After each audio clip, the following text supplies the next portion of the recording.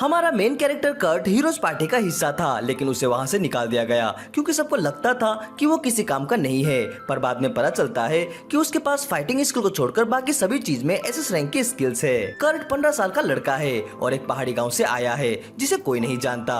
उसका सपना था कि वो एक बड़ा एडवेंचरर बने, इसलिए वो शहर आया और एक एस रैंक पार्टी में शामिल हो गया। लेकिन वहाँ उसे बस छोटा मोटा काम ही करने को दिया गया। जब उसके पार्टी के बाकी सदस्य खतरनाक मॉन्स्टर से लड़ते, तब कर्ट तो लड़ाई शुरू होने से पहले ही बेहोश हो जाता। फिर भी उसे गर्व था कि वो एक ऐसी पार्टी का हिस्सा है जिसे सब हीरो कहते हैं। लेकिन एक दिन पार्टी के मेंबर्स ने उसे साफ कह दिया कि अब वो पार्टी से बाहर है। कर्ट हैरान रह गया और पूछा कि उसने क्या गलती की। पार्टी लीडर ने कहा, तूने कुछ नहीं किया और यही सबसे बड़ी दिक्कत है। इस दुनिया में नियम ये है कि एक पार्टी में सिर्फ 4 लोग हो सकते हैं और अब उन्हें एक हाई रैंक मैच को जोड़ना है, इसलिए कर्ट को निकालना जरूरी था। कर्ट ने बहुत मेहनत की कि उसे रहने दिया जाए, लेकिन लीडर ने उसे पेट में लात मारकर बेहोश कर दिया।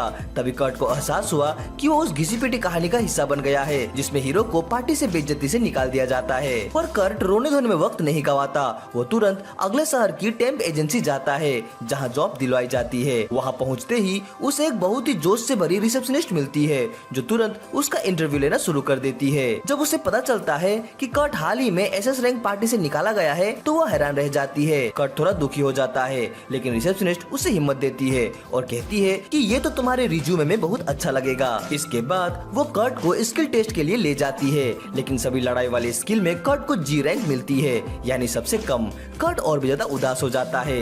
रिसेप्शनिस्ट कहती है कि नॉन कॉम्बैट स्किल चेक करने वाला इंसान अगले हफ्ते आएगा। कर्ट धीरे से कहता है कि उसके पास अभी बिल्कुल भी पैसे नहीं है। रिसेप्शनिस्ट उसे एक और मौका देती है। वो कहती है कि कोने में पड़ा सैंडबैग उठाओ। जैसे कर्ट बैग उठाता है, बैग उसके माना को सोखने लगता है और बहुत भारी हो जाता है। रिसेप्शनिस्ट बोलती है कि कर्ट के अंदर बेसिक ताकत और फिटनेस है, तो वो कंस्ट्रक्शन का काम कर सकता है और कुछ पैसे कमा सकता है। कर्ट खुशी से ये जॉब ले लेता है। वो कंस्ट्रक्शन साइट में जाता है जहाँ एक गुस्सैल आदमी उसका रिज्यूमे और उसके पतले शरीर को देखकर हंसता है, लेकिन फिर भी नौकरी दे देता है क्योंकि मजदूरों की बहुत कमी है। वो कहता है तुम्हें सीमेंट मिलाना है और शहर की दीवारें ठीक करनी है। अगर तुम 3 घंटे में आधा बैरल सीमेंट नहीं लगा पाए तो निकाल दिए जाओगे। कर्ट कुछ पूछने ही वाला होता है, लेकिन वो आदमी चला जाता है। कर्ट अपने गाँव की कॉमन सेंस से सीमेंट में मैजिक डाल देता है ताकि वो मजबूत हो जाए। 3 घंटे बाद जब वो आदमी वापस आता है तो देखता है कि कर्ट ने पूरी दीवार का 30 हिस्सा अकेले ही बना दिया और सारा सीमेंट भी खत्म कर दिया है। उसे यकीन नहीं होता कि एक नौसिखिया इतना काम कर गया। कर्ट सोचता है कि शायद बॉस नाराज है और माफी मांगता है, लेकिन वो आदमी बहुत खुश होकर कर्ट को कहता है कि जब तक चाहे यहाँ काम करो। फिर वो अपने जेब से पैसे निकालकर कर्ट को दे देता है और बाकी पैसे एजेंसी को भेजने का वादा करता है। कर्ट अकेले ही आधी शहर की दीवार बना देता है जिससे बाकी वर्कर्स घबरा जाते हैं। बॉस ये देखकर कहता है कि अब कर्ट को कल से काम पर नहीं आना चाहिए, क्योंकि अगर वो फिर आया तो बाकी गरीब मजदूरों के लिए कोई काम ही नहीं बचेगा। कंस्ट्रक्शन साइट के बॉस कर्ट को बाकी बचे पैसे भी दे देता है और कहता है कि उसे रॉयल कैपिटल में जाकर अपने टैलेंट के लायक कोई अच्छा काम ढूंढ लेना चाहिए। लेकिन कर्ट को लगता है कि बॉस बस उसे दूर भेजने का बहाना बना रहा है, जैसे कोई हार मान चुका इंसान सोचता है। वो फिर से टेम्प एजेंसी जाता है और रिसेप्शनिस्ट को बताता है कि उसकी नौकरी छूट गई है। तभी वे सुनते हैं कि एक सांवली रंग की खूबसूरत लड़की जिसका नाम यूलिया है, वहाँ किसी दूसरी रिसेप्शनिस्ट से किसी काम को लेकर बहस कर रही है। कर्ट वाली रिसेप्शनिस्ट उस लड़की से बात करने जाती है। यूलिया बताती है कि उसे एक माइनर चाहिए जो उसके साथ पहाड़ में खजाना ढूंढ सके, लेकिन वो पैसे भी तभी देगी जब कुछ कीमती चीज मिलेगी। रिसेप्शनिस्ट उसे समझाती है कि उसका ऑफर अच्छा नहीं है, लेकिन कर्ट इतनी बुरी हालत में होता है कि वो खुद आगे बढ़कर यूलिया से काम मांग लेता है, क्योंकि उसने अपने गांव में थोड़ा बहुत खनन का काम किया है। रिसेप्शनिस्ट उसे चेतावनी देती है कि उसे शायद पैसे ना मिले। यूलिया भी कहती है कि वो असल में किसी मजबूत बौने को ढूंढ रही थी, ना कि किसी दुबले पतले लड़के को, लेकिन उसके पास बौने को हायर करने के पैसे नहीं है, इसलिए वो कर्ट को ही अपने साथ ले जाने के लिए मान जाती है। जब कर्ट उसके साथ निकल जाता है तब रिसेप्शनिस्ट सोचने लगती है कि काश वो कर्ट को अपना पर्सनल बॉय टॉय बना पाती। तभी उसकी साथी रिसेप्शनिस्ट बताती है कि कंस्ट्रक्शन साइट के बॉस ने कर्ट के बाकी पैसों का चेक भेज दिया है। रिसेप्शनिस्ट हैरान रह जाती है जब देखती है कि उसे 200 गोल्ड कॉइन्स मिले हैं। वो चौंक कर सैंडबैग पर गिर जाती है। उसकी साथी उसे उठाते हुए बताती है कि ये साधारण बैग नहीं है, ये खास बैग है जो किसी इंसान की मैजिक कैपेसिटी को मापते हैं और इन्हें सिर्फ रॉयल लेवल के मैजिशियन ही एक्टिव कर सकते हैं। वो रिसेप्शनिस्ट अब समझती है कि कर्ट वाकई में कितना ताकतवर है, क्योंकि उसने वो बैग उठाया था जो और किसी से हिला भी नहीं। उधर यूलिया कर्ट को पहाड़ में अपने बेस कैंप ले जाती है और बताती है कि आज रात दोनों को एक टेंट पर ही सोना होगा। कर्ट थोड़ा शर्मा जाता है क्योंकि उसके लिए एक खूबसूरत लड़की के पास सोना कंट्रोल से बाहर हो सकता लगता है। यूलिया तो चौंक जाती है कि कोई पहली बार उसे क्यूट कह रहा है। उसे थोड़ा चिढ़ाने के बाद वो कर्ट को खाना देती है, बस एक उबला हुआ आलू। लेकिन कर्ट को बहुत अच्छा लगता है क्योंकि और किसी ने उसके लिए बहुत समय बाद खाना बनाया है। फिर दोनों एक ही टेंट में सोते हैं। कर्ट यूलिया को बिल्कुल निश्चिंत देखकर थोड़ा विचलित हो जाता है, लेकिन जेंटलमैन की तरह खुद को कंट्रोल करता है और बाहर जाकर सो जाता है। असल में यूलिया उसका परीक्षण कर रही थी, यह देखने के लिए कि वह एक अच्छा इंसान है या नहीं। और जब वो उसकी शालीनता और मासूमियत देखती है तो वो खुद उसके किरदार और चेहरे से आकर्षित हो जाती है। सुबह जब यूलिया उठती है तो देखती है कि कर्ट बाहर सोया हुआ है और उसने उसकी जैकेट भी रात में सिल दी है। वो उसकी प्रतिभा देखकर चौंक जाती है। फिर वो असल बात पर आती है। उन्हें हफ्ते भर में 10 गोल्ड कॉइन कमाने हैं, लेकिन यूलिया को खुद पता नहीं कि पहाड़ में कीमती चीजें कहाँ मिलेगी। लेकिन कर्ट के पास ज्ञान और अनुभव है। वो जल्दी एक ऐसी चट्टान ढूंढ निकालता है जिसमें कीमती क्रिस्टल होते हैं, जिनकी कीमत 3 गोल्ड कॉइन होती है। यूलिया को अपनी आंखों पर यकीन नहीं होता। कुछ घंटों में कर्ट कई क्रिस्टल जमा कर लेता है, लेकिन कहता है कि ये छोटे हैं, इसलिए इनसे ज्यादा पैसे नहीं मिलेंगे। इसलिए वो इन्हें मैजिक क्रिस्टल में बदलने का फैसला करता है। यूलिया हैरान रह जाती है जब देखती है कि कर्ट ने मैजिक क्रिस्टल तैयार कर लिया है, क्योंकि ऐसे कारीगर आजकल बहुत दुर्लभ होते हैं। और उससे भी ज्यादा चौंकाने वाली बात ये थी कि कर्ट ने क्रिस्टल बनाने का काम तब पूरा कर लिया जब तक यूलिया कुछ बोल पाती। असल में एक छोटा सा मैजिक क्रिस्टल बनाने के लिए करीब 1 घंटा लगता है और कर्ट ने वो चुटकियों में कर दिया। ये सुनकर कर्ट खुद भी थोड़ा सोचने पड़ जाता है कि वो जादूगर कितने महान होंगे जो पूरे घंटे तक बिना थके जादू कर सकते हैं। यूलिया को एहसास होता है कि कर्ट और वो एक ही लेवल की बात नहीं कर रहे हैं, लेकिन फिर भी वो कर्ट को अपना काम करने देती है। जब कर्ट क्रिस्टल तैयार कर लेता है तो यूलिया उन्हें बेचने के लिए शहर निकल जाती है, जबकि कर्ट वहीं रुककर और पहाड़ की खोजबीन करना चाहता है। यूलिया नाइट स्टेशन में पहुंचती है और वहां के नाइट्स को क्रिस्टल दिखाती है। जब वो क्रिस्टल की असली जगह और दस्तावेज पूछते हैं तो यूलिया उन्हें एक पेंडेंट दिखाती है। ये देखकर नाइट्स घबरा जाते हैं, क्योंकि वो पेंडेंट इस बात का संकेत है कि यूलिया शाही परिवार के लिए काम कर चुकी है। वे तुरंत उसे रॉयल कैपिटल के टेलीपोर्टेशन डिवाइस को इस्तेमाल करने की अनुमति दे देते हैं, बिना ये जाने कि यूलिया अब राजघराने के लिए काम नहीं करती। कैपिटल पहुंचकर यूलिया अपनी दोस्त मिमिको के पास जाती है, जो एक क्रिस्टल विशेषज्ञ है। शुरुआत में मिमिको कहती है कि ये क्रिस्टल ज्यादा चमकदार नहीं है, इसलिए ज्यादा कीमत नहीं मिलेगी। लेकिन जैसे ही वो उसे गहराई से जांचती है, वो एक ही क्रिस्टल के लिए 10 गोल्ड कॉइन देने की बात कहती है। यूलिया को झटका लगता है ये सुनकर। मिमिको बताती है कि इन क्रिस्टल में 10 गुना ज्यादा माना है और ये ज्यादा चमक नहीं रहे, क्योंकि वे ऊर्जा को लीक नहीं कर रहे, यानी बहुत ही शुद्ध और शक्तिशाली क्रिस्टल है। जब यूलिया कहती है कि उसके पास ऐसे 49 और क्रिस्टल है, तो मिमिको बिना देर किए सारे खरीद लेती है। डील पूरी होने के बाद मिमिको यूलिया से पूछती है कि इन क्रिस्टल को बनाया किसने, लेकिन यूलिया कर्ट का नाम बताने से मना कर देती है, क्योंकि उसने अनुमति नहीं दी थी। यहाँ तक कि जब मिमिको, जो खुद राज दरबार की मुख्य जादूगर है, अपना ओहदा दिखाकर आदेश देती है, तब भी यूलिया पीछे नहीं हटती। आखिरकार मिमिको कहती है कि जो भी ये क्रिस्टल बना रहा है उसे किसी और देश न जाने देना, और साथ ही कहती है कि अगर वो शाही परिवार के लिए काम करने के लिए तैयार हो जाए तो उसे नोबेल टाइटल और कोर्ट मेज की पोजीशन मिल सकती है। यूलिया इस पर हाँ कहती है, लेकिन जैसे ही दुकान से बाहर निकलती है घबरा जाती है कि कहीं कर्ट को कुछ पता न चल जाए। अगली सुबह वो वापस उसी शहर में जाती है और सीधा जॉब एजेंसी पहुंचती है ताकि कर्ट के बारे में कुछ जानकारी मिल सके। रिसेप्शनिस्ट उसकी पहचान छुपाने की बहुत कोशिश करती है, लेकिन यूलिया रॉयल पास दिखाकर कर्ट की फाइल पढ़ लेती है। जो कुछ कर्ट ने अब तक किया है उसे देखकर यूलिया दंग रह जाती है। वो रिसेप्शनिस्ट को सख्त आदेश देती है कि अब से कर्ट की जानकारी किसी को न दी जाए। फिर यूलिया कर्ट के नाम पर सारे क्रिस्टल के पैसे जमा कर देती है और पहाड़ की ओर निकल पड़ती है, यह देखने के लिए कि वो क्या कर रहा है। जब वो वहाँ पहुँचती है तो हैरान रह जाती है, क्योंकि कर्ट ने सिर्फ एक ही दिन में वहाँ पूरा घर बना डाला है। और उससे भी बड़ी बात ये कि कर्ट को लगता है कि ये कोई खास बात नहीं है, क्योंकि उनके गाँव में तो ऐसा करना सामान्य सी बात है। जैसे ही वे दोनों झोपड़ी के अंदर जाते हैं, यूलिया कर्ट को बताती है कि उसे royal magic technology research lab का डायरेक्टर बनने का ऑफर मिला है, और साथ में नोबेल का टाइटल भी, क्योंकि उसने जो मैजिक क्रिस्टल बनाए थे वो बहुत खास है। कर्ट को इस पर यकीन नहीं होता। जब यूलिया उसे उसकी राय पूछती है तो वो ये ऑफर ठुकरा देता है। कहता है कि वो खुद को लोगों को ऑर्डर देने लायक नहीं समझता और उसे अभी फ्रीलांस काम करना ज्यादा अच्छा लग रहा है।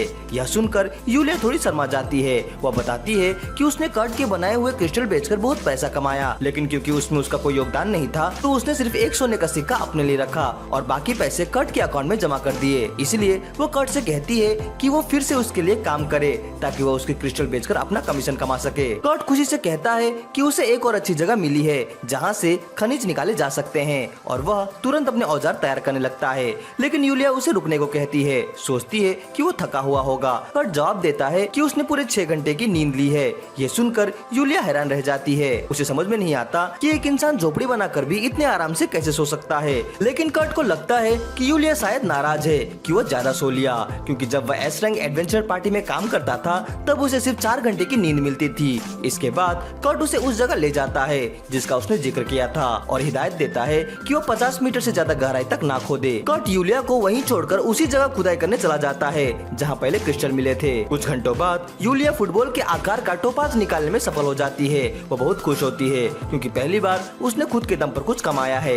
फिर वह कर्ट को देखने जाती है। इस बार वह सोचती है कि शायद उसने एक गुफा बना ली होगी, लेकिन कर्ट ने फिर से उम्मीद से कहीं ज्यादा कर दिखाया होता है। उसे पता चलता है कि कर्ट ने पूरा एक माइन बना डाला है, यहाँ तक कि उसने दीवारों पर चमकने वाली काई भी लगा दी है ताकि अलग से रोशनी की जरूरत न पड़े। यूलिया हैरान और घबराई हुई है। तभी कर्ट एक पत्थरों से भरा क्रेट लेकर वहाँ आता है। यूलिया उससे उत्सुकता से पूछती है कि खुदाई का क्या नतीजा निकला। उम्मीद करती है कि इस बार कोई बड़ा सरप्राइज ना हो। कर्ट कहता है कि उसे ज्यादातर बेकार पत्थर मिले और बहुत थोड़ा सा ही वो मिनरल मिला जिसकी उसे तलाश थी।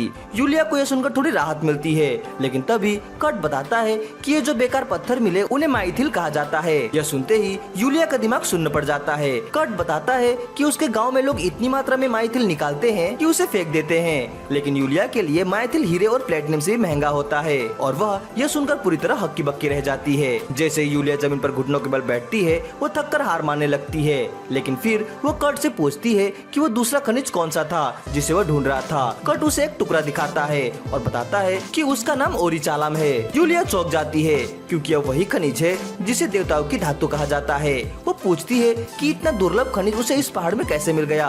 कर्ट बताता है कि ओरिचालम दुनिया में कहीं भी मिल सकता है, बस 7 किलोमीटर गहराई तक खुदाई करनी होती है। यूलिया अब और चौंकने की ताकत नहीं रखती। वो बस यह पुष्टि करती है कि कर्ट सच में जमीन के 7 किलोमीटर अंदर तक खुदाई करके वापस ऊपर आ गया और वो ये सब उस समय कर गया जब यूलिया ने सिर्फ एक खनिज निकाला। तभी सूरज की किरणें सुरंग की दूसरी तरफ से अंदर आने लगती है और यूलिया समझ जाती है कि कर्ट ने पहाड़ के आर पार एक सुरंग बना दी है। लेकिन अब उसे यह सब कर्ट के लिए सामान्य लगने लगा है। फायदे की सोचते हुए यूलिया तय करती है कि इस नई सुरंग को गांव और शहर के बीच एक नया रास्ता बना दिया जाए जिससे यात्रा का समय कम हो जाए। वह यह रास्ता लाइसेंस वाले व्यापारियों के लिए खोल देगी और बदले में उनसे रखरखाव शुल्क लेगी जिससे उसका टैक्स और खर्चा निकल सके। कुछ दिन बाद कर्ट शहर जाता है और वहाँ उसे पुरानी पार्टी का सदस्य बांडाना मिलती है। कर्ट बहुत खुश हो जाता है और पूछता है कि क्या बाकी सदस्य भी आए हैं, लेकिन बांडाना बताती है कि वह पार्टी छोड़ चुकी है। वो बताती है कि कर्ट के निकाले जाने के बाद पार्टी मिशन में बुरी तरह से फेल होने लगी। एक बार पार्टी लीडर को किसी मशहूर होटल का खाना पसंद नहीं आया तो उसने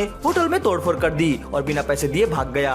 गार्ड्स उसे ढूंढने लगे। फिर उसने बांडाना को आदेश दिया कि कर्ट को किसी भी हाल में ढूंढकर वापस लाए ताकि वह फिर से उनके लिए खाना बना सके। बांडाना ने उस बहाने उसका टेलीपोर्टेशन स्टोन ले लिया, लेकिन उसका असली मकसद था पार्टी लीडर को गिरफ्तार होने देना, क्योंकि अब पार्टी का हीलर भी चर्च ने बुला लिया था तो उसके लौटने का कोई मतलब नहीं। लेकिन बांडाना ये सब बातें कर्ट को नहीं बताती और बस कहती है कि उसे भी निकाल दिया गया। कर्ट को यह सुनकर दुख होता है क्योंकि इसका मतलब है कि जैसे वह है वह कभी उस पार्टी में लौट नहीं सकता। वो कहता है कि वो पार्टी लीडर को बहुत मानता है, लेकिन बांडाना हंस देती है क्योंकि वह कुछ ऐसा जानती है जो बाकी पार्टी को नहीं पता। वह बात बदल देती है और कहती है कि अब वह भी कर्ट की तरह फ्रीलांसर है और दोनों को एक दूसरे की मदद करनी चाहिए। वो बताती है कि उसका एक दोस्त जो देश के 15 मास्टर कारीगरों में से एक एटर माइस्ट है, उसे मदद की जरूरत है। बांडाना कर्ट से विनती करती है कि उसकी खातिर मदद करे और कर्ट उसकी बात टाल नहीं पाता। वो उसे दिए गए नक्शे के अनुसार मास्टर कारीगर की वर्कशॉप पर पहुंचता है। वहाँ एक प्यारी सी एल्फ लड़की दरवाजा खोलती है।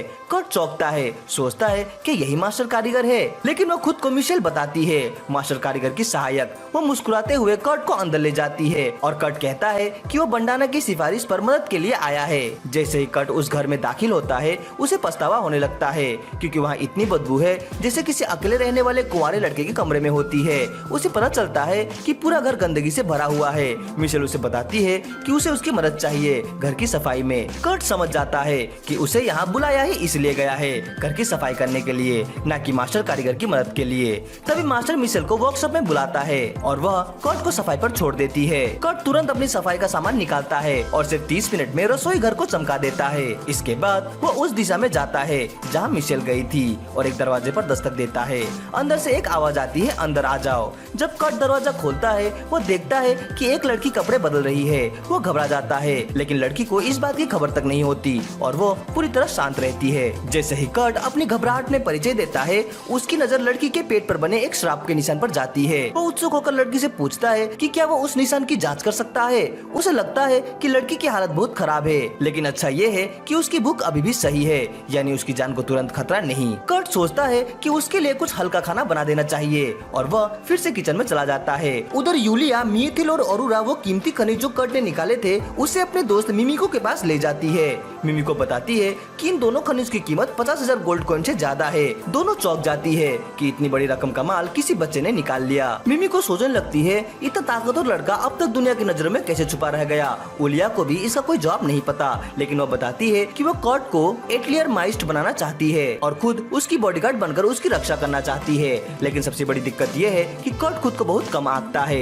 वहीं दूसरी तरफ कर्ट उस श्राप वाली लड़की के लिए खिचड़ी बना चुका होता है। तभी मिशेल लौटती है अपने मास्टर एफेलिया के साथ। दोनों यह देखकर चौंक जाती है कि रसोई पूरी तरह से साफ है। कर्ट एफेलिया से बिना पूछे किचन का इस्तेमाल करने के लिए माफी मांगता है और बताता है कि वो उस लड़की के लिए खाना बना रहा था। एफेलिया उसे किसी से इस लड़की के बारे में कुछ भी न बताने की कसम दिलाती है और फिर उस दिन के लिए उसका मेहनताना देखकर उसे भेज देती है। वो ज्यादा चिंता नहीं करती कि एक बाहरी लड़का उस लड़की से मिल गया। इसके बाद एफेलिया लीजा के कमरे में लौटती है, जो उसकी इकलौती शिष्या है। वो लीजा को कपड़े पहनाने में मदद करती है और फिर कहती है कि वो खिचड़ी में जहर तो नहीं, वो इसकी जांच करेगी। लेकिन लीजा कहती है कि ऐसा करने की जरूरत नहीं, क्योंकि उसे कर्ट पर पूरा भरोसा है। एफेलिया उसकी बात मान लेती है और लीजा खिचड़ी खा लेती है। उसे खाना बहुत पसंद आता है, लेकिन अचानक वो दर्द से कराहते हुए जमीन पर गिर जाती है। एफेलिया घबरा जाती है, सोचती है कि कर्ट ने जरूर जहर मिलाया होगा। जैसे ही वह एंटीडोट लेने भागती है, लीजा अचानक खड़ी हो जाती है और कहती है कि वह अब ठीक है,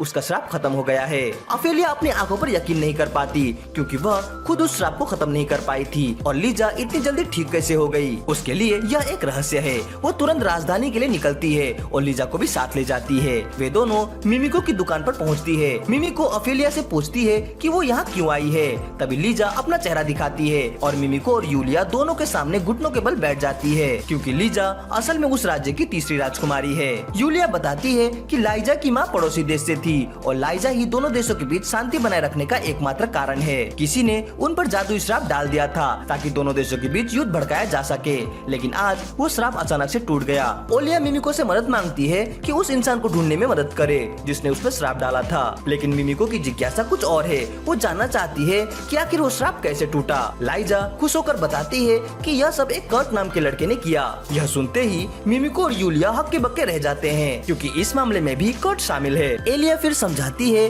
कि लिस उस श्राप से तब मुक्त हुई जब उसने कर्ट द्वारा बनाई गई खिचड़ी खाई। यूलिया सोचती है कि उन 6 घंटों में जब वह कर्ट से दूर थी उसने और कौन कौन से असंभव काम कर डाले होंगे। तभी मिमिको बोल पड़ती है कि जिसने लिस पर श्राप डाला है उसका किसी श्राप प्रयोगी से संबंध होना चाहिए और उसके पास इतनी ताकत भी है कि वो महल के एंटी क्रश बैरियर में दखल दे सके। उसके मुताबिक 3 लोग शक के दायरे पे आते हैं, रॉयल एक्सपेडिशनरी फोर्स का पहला जनरल सेनवा, पोलैंड चर्च का पोप ट्रिस्टन और साम्राज्य की तीसरी रानी इसिडोरा। ओलिया और लिस मानती है कि ट्रिस्टन और इसिडोरा बैरियर को प्रभावित कर सकते हैं, लेकिन उन्हें नहीं लगता कि सेनवा ऐसा कर सकता है। इस पर यूलिसिया कहती है कि सेनवा का चोरों के गिरोह से संबंध है और वे लोग इस काम में माहिर है। लेकिन असली दोषी का पता न होने पर ओलिया एक योजना बनाती है। वो कहती है कि वे एक जाल बिछाएंगे ताकि उस व्यक्ति को पकड़ा जा सके जो राजकुमारी को नुकसान पहुंचाना चाहता है। ओलिया बताती है कि उनके राज्य के कानून के अनुसार लिस 15 साल की उम्र पूरा करने के बाद वयस्क हो चुकी है और अब उसे 1 साल का प्रशिक्षण लेना होगा। वे लोग एक नकली कार्यशाला बनाएंगे और उसके लिए एक नकली एटर माइस्टर भी खड़ा करेंगे। जब लिस उस नकली गुरु के पास प्रशिक्षण लेना शुरू करेगी तो उसके दुश्मन उसके बारे में जानकारी इकट्ठा करने की कोशिश करेंगे, लेकिन क्योंकि गुरु नकली होगा उन्हें कुछ भी असली नहीं मिलेगा। मिमिको समझ जाती है कि अगर दुश्मन ज्यादा कोशिश करेंगे तो वे खुद ही सामने आ जाएंगे, लेकिन ओलिया को समझ नहीं आता कि इतना योग्य नकली ईटर माइस्टर कहां से मिलेगा। यूलिया तुरंत उसकी समस्या का हल दिखाती है और कर्ट द्वारा बनाई गई जादुई क्रिस्टल उसे दिखाती है। एफेलिया यह देखकर दंग रह जाती है कि कर्ट के पास एक नहीं बल्कि कई एसएस रैंक की स्किल्स हैं। लिज काफी प्रभावित होती है। दूसरी ओर कर्ट अगले दिन ओलिया की कार्यशाला पर जाता है, लेकिन उसे बंद पाता है। बाहर निकलते समय उसकी मुलाकात मिशेल से होती है। वो बताती है कि जब वह कल यहाँ आया था उसके बाद ओलिया घर से निकल गई थी, इसीलिए अब उसके लिए कोई काम नहीं है। यह सुनकर कर्ट उदास हो जाता है, लेकिन तभी उसका पेट जोरों से गुड़गुड़ाने लगता है। वह तुरंत एक सराय में खाने पहुंच जाता है। वहाँ वो कुछ एडवेंचरर्स को सुनता है जो कह रहे होते हैं कि उन्हें अपना मिशन रद्द करना पड़ेगा क्योंकि उनका सामान ढोने वाला भाग गया है। कर्ट सोचता है कि यह उसके लिए काम पाने का अच्छा मौका है और वह उनसे बात करने पहुंच जाता है। लड़की उसे देखकर कहती है कि ऐसा दुबला पतला लड़का तो अपनी बोझ भी नहीं उठा सकता, लेकिन वहाँ मौजूद एक नाइट उसे टोकता है और कर्ट से कहता है कि वह इतना मजबूत नहीं लगता कि उनकी मदद कर पाए, क्योंकि वे लोग 200 किलो से भी ज्यादा वजन वाले गोलम्स का शिकार करने जा रहे हैं। कर्ट खुशी खुशी उन एडवेंचरर्स से कहता है कि 200 किलो उठाना उसके लिए कोई बड़ी बात नहीं। अपनी ताकत साबित करने के लिए वो पहले समुराई को उठाता है और फिर उस नाइट को भी जो कवच पहने होता है। यह देखकर सराय में मौजूद सब लोग दंग रह जाते हैं। अपनी ताकत दिखाने के बाद कर्ट को उनके दल का सामान ढोने वाला बना दिया जाता है। परिचय होने के बाद कर्ट समझता है कि ये लोग अच्छे हैं और ठान लेता है कि इन्हें कभी निराश नहीं करेगा। लेकिन जैसे ही वे डंजन के अंदर जाने वाले होते हैं, कर्ट एक स्लाइम पर पैर रखकर फंस जाता है। रेंजर सीना उसे कहती है कि स्लाइम का कोर छुरा घोंप कर खत्म कर दो, मगर कर्ट गलती से खुद को ही चुबो लेता है। यह देखकर सीना नाराज हो जाती है और खुद स्लाइम को मार देती है। कर्ट माफी मांगता है कि उसने सबको धीमा कर दिया, मगर बाकी लोग उसे ढांढस बनाते हैं और कहते हैं कि उसे सिर्फ सामान उठाना है, लड़ाई उनकी जिम्मेदारी है। यह कर्ट के लिए नया अनुभव होता है क्योंकि उसके पहले वाले साथी उसकी छोटी छोटी गलती पर गुस्सा हो जाते थे। यह सुनकर उसकी आंखों में आंसू आ जाता है, मगर वह खुद को संभाल कर मिशन जारी रखता है। गुफा में पहुंचने के बाद सीना चमकने वाली काय फैलाती है ताकि रोशनी हो सके। वहीं कर्ट को ताजा गॉब्लिन की भीड़ दिखाई देती है। दल कहता है कि कुछ गॉब्लिन से निपट सकते हैं, मगर अगर झुंड आ गया तो भागना पड़ेगा। तभी अचानक एक गॉब्लिन आ जाता है और वे तुरंत उसे मार गिराते हैं, लेकिन मारने से पहले ही वो अपने साथियों को बुला लेता है।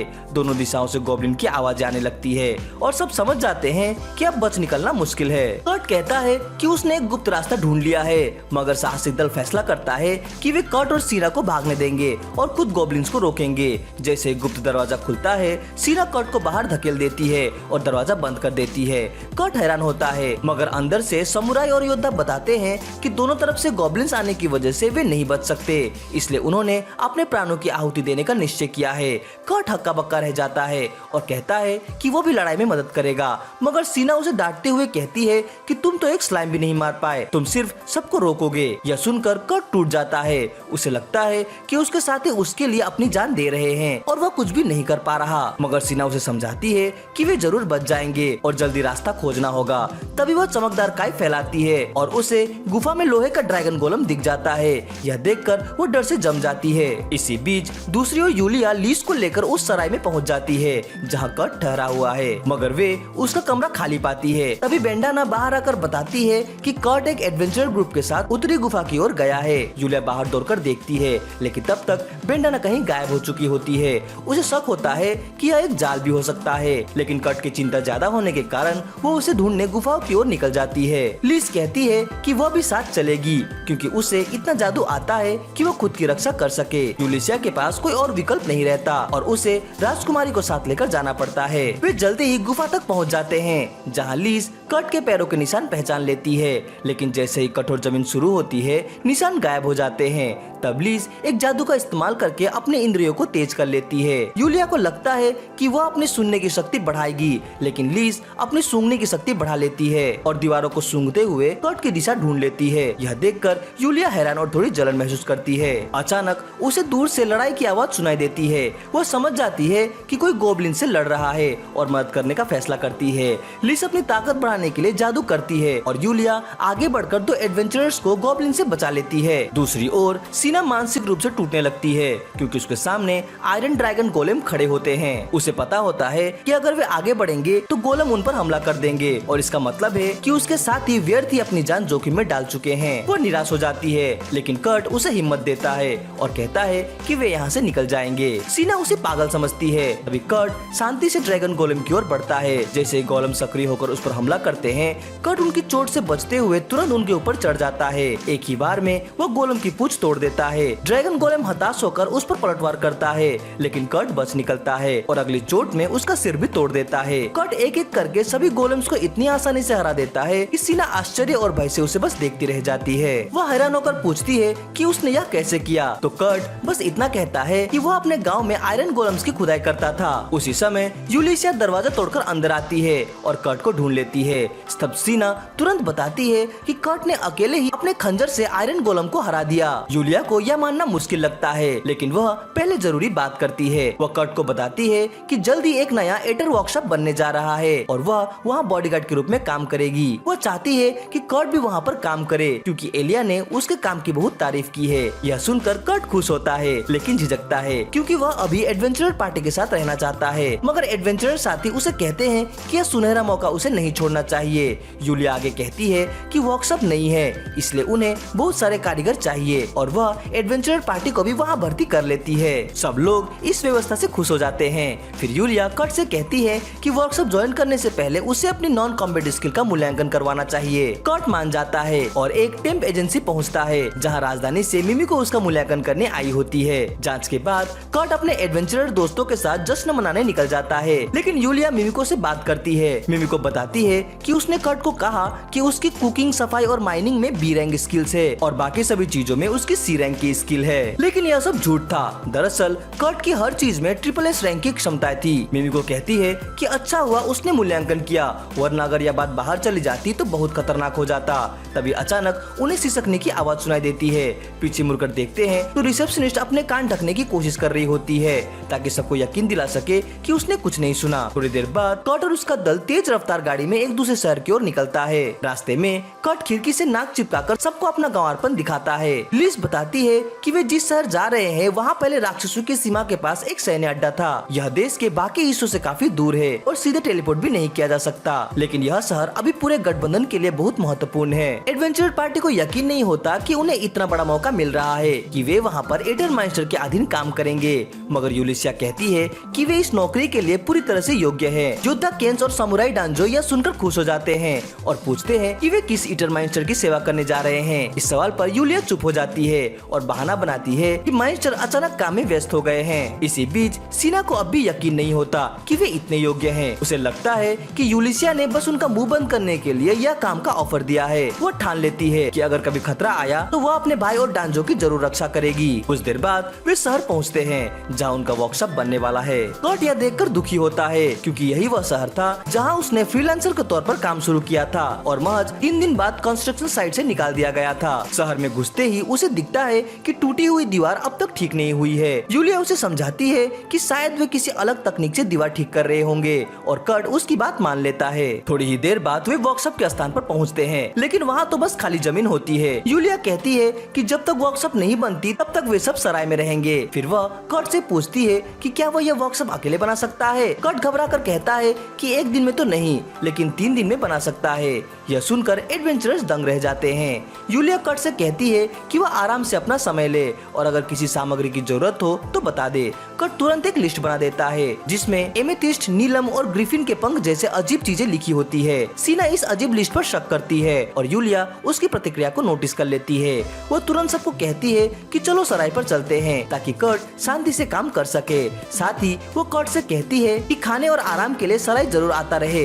कर्ट मान जाता है। बाकी सब लोग सराय चले जाते हैं और यूलिसिया एडवेंचरर को बुलाकर उन्हें जरूरी बातें समझाती है। वो बताती है कि वह पहले राज परिवार के लिए एडवेंचरर के तौर पर काम करती थी। फिर लीज अपना परिचय देती है कि वह देश की राजकुमारी है। यह सुनकर सबके मुंह खुले के खुले रह जाते हैं और वे पूछते हैं कि क्या कर्ट भी कोई रईस है। यूलिया बताती है कि वे लोग खुद भी कर्ट की असली पहचान नहीं जानते, लेकिन इतना जरूर पता है कि उसकी सारी कॉम्बैट स्किल जी रैंक की है और बाकी सारी क्षमताएं एसएस रैंक की है। वो कहती है कि उसने कर्ट को इसके बारे में नहीं बताया क्योंकि वो इस पर विश्वास नहीं करेगा, लेकिन यह बात सीना को गुस्सा दिला देती है। वो यूलिया पर भड़क जाती है और कहती है कि वो कर्ट से सच छुपाकर उसका फायदा उठा रही है। फिर वो अपने भाई की तरफ मदद के लिए देखती है, लेकिन केन जानता है कि यह मामला उनकी समझ और ताकत से परे है, इसलिए वह लड़कियों से कहता है कि वे झूठ बोलना जारी रखे। इसके बाद लिज बताती है कि उसे किसी ने श्राप दिया था और कर्ट ने खिचड़ी बनाकर श्राप को तोड़ दिया। इसी वजह से उन्होंने इस दूर दराज के कस्बे में वर्कशॉप खोलने का फैसला किया है